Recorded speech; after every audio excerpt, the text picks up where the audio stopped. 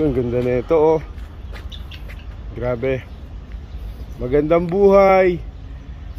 Ayan, panibagong araw. Okay life. Ayan, lakad-lakad na naman tayo.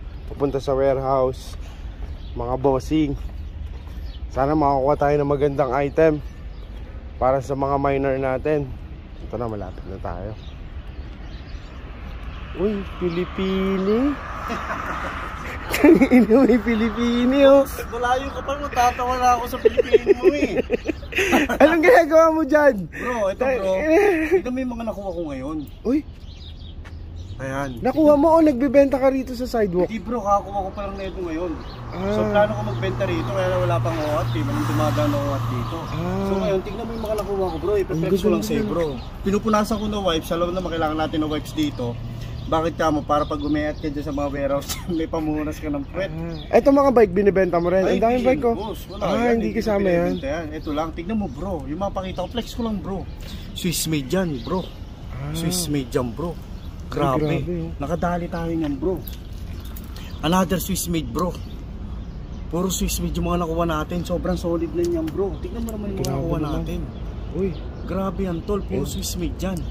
So ano pang gagawin natin? Ilang piraso yan lahat? 5 piraso yan boss. 5 piraso, edi sobra. 2 lang yung kamay mo. Hindi.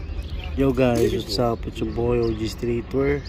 At ito yung mga nights nating relo sa ukay-ukay. Yan. Swiss. Ganda na ito. Swiss made isa.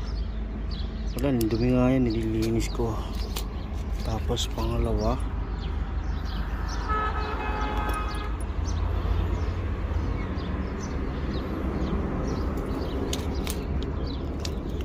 Pangatlo.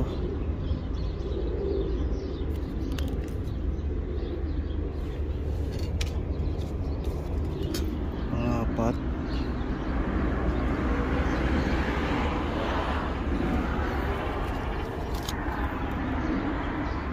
Panglima.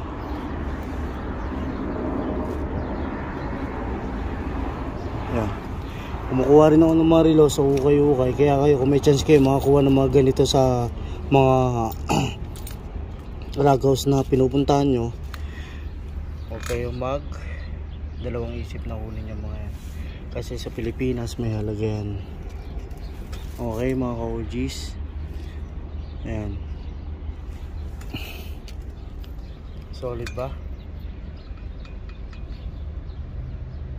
Thank you guys. Salamat sa mga manonood, sa mga bago nating followers. Ayan. Maraming salamat sa inyong lahat.